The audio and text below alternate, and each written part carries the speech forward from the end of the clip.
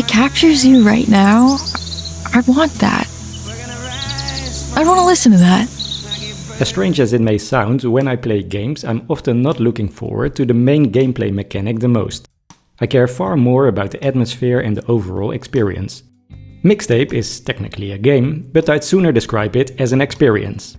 And because of that, I definitely belong to the group of people who did connect with it. In Mass Effect, for example, it wasn't the countless firefights that kept me invested. It was the quieter moments. The intimate conversations with my crew members after returning from another action-packed mission. In Red Dead Redemption 2, I spent most of my time in camp, sipping coffee while talking to the other members of the Vanderlint gang. That's where I absorbed the vibes of the world. I throw out a fishing rod, greet antagonize the people around me, play a game of poker and grab something to eat once Pearson finally finished preparing a meal. I also love games like Life is Strange and Detroit Become Human, where the gameplay often consists of little more than walking around a bit and making choices. I can also enjoy visual novels for this same reason. So why even play games? Some people with a narrow view of the medium might ask. Go read a book or watch a movie instead. But no, it's not the same. Even if I'm only occasionally pressing a button to perform a simple action, I still feel more connected to the experience itself. More involved in the events unfolding in front of me. And that's exactly what happened with Mixtape. As a traditional game, it can feel mediocre, maybe even outright bad at times. But as an experience, it's one of the most unique things I've played this year, and one that will stay with me for a long time. And no, you absolutely don't need to be a 90s kid to appreciate Mixtape. You also don't need to be a fan of the music, which occasionally leans into alternative and indie rock, despite it unsurprisingly playing a massive role in a game called Mixtape. I am a 90s kid myself, but I never really connected with this type of music, and my teenage years rarely resembled the experience of the friends we follow throughout this game.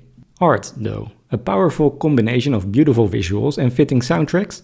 If you value that sort of thing, there's a very good chance Mixtape will find its way into your heart as well. Mixtape burst with originality and creativity. I'm not entirely sure what the developers were smoking while making this game, but honestly, give me some of it too. The whole thing feels like one giant trip where the weirdest things constantly happen. Before I even realized what was going on, I found myself playing a minigame in which I controlled two tongues wrestling each other. Who comes up with this stuff?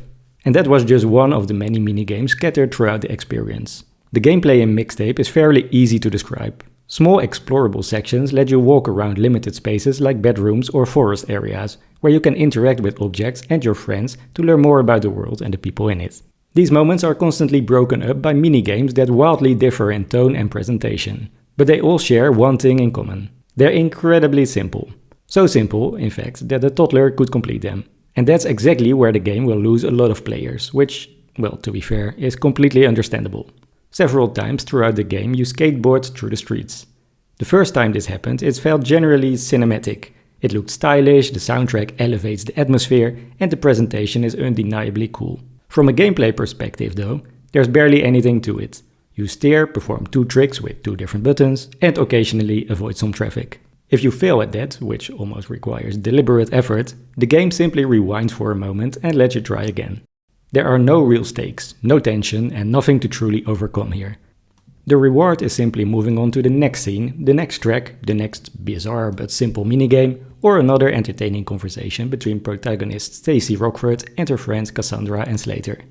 It's easy to understand why Mixtape will divide audiences. Most gamers naturally expect, well, a game. And if that's what you're looking for, Mixtape will probably leave you disappointed. But for players who care less about gameplay and more about atmosphere, emotion and overall experience, I can wholeheartedly recommend it.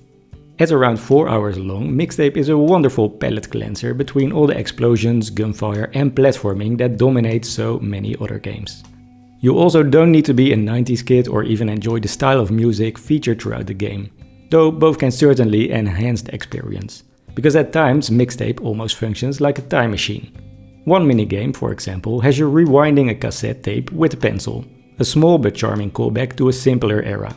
I sound ancient saying that, I know. Give Mixtape a chance if you're willing to switch your brain off for a while, occasionally press a few buttons and simply immerse yourself in a stylish, short coming-of-age story. If you do, there's a good chance those 4 hours will stay with you for a long time afterwards. So which group do you fall into? Mixtape lover or mixtape hater? Let me know down in the comments below and don't forget to subscribe if you enjoyed this video.